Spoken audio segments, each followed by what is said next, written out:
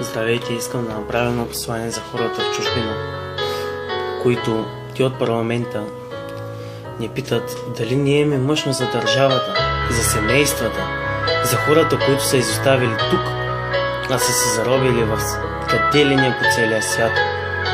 Тях никой не ги пита има ли къде да спят, има ли какво да ядат, какво да облекат. Лично аз знам от моята майка, 10 години съм лишен от нея.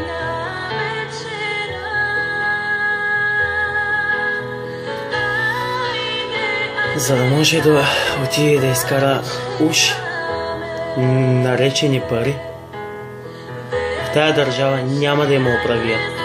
240 депутата всеки ден се карат кой да вземе по-голяма заплата, а нашите новобранци, пенсионери, вземат по 180 лева пенсия, които изплатят ток, вода, храна, лекарства, които те без тях не могат да живеят.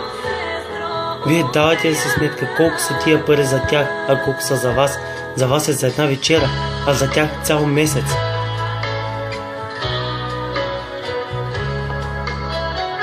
Направете си равносметката. Вие как живеете и ние как живеем.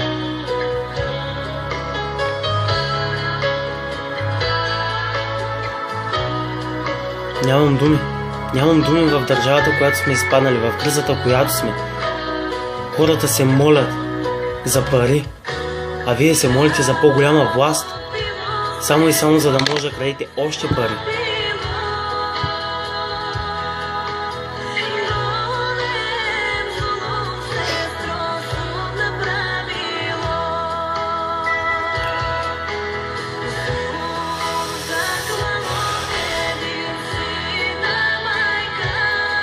Вие, ако се запрете, ако намерите на хората повече работни места, България ще бъде по-голяма, с повече хора, отколкото сега.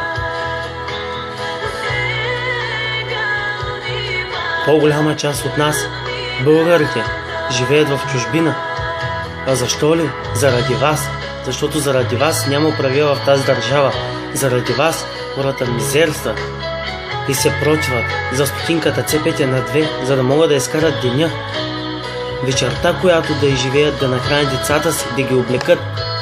А вие, мизерници долни, нямам думи. Чао.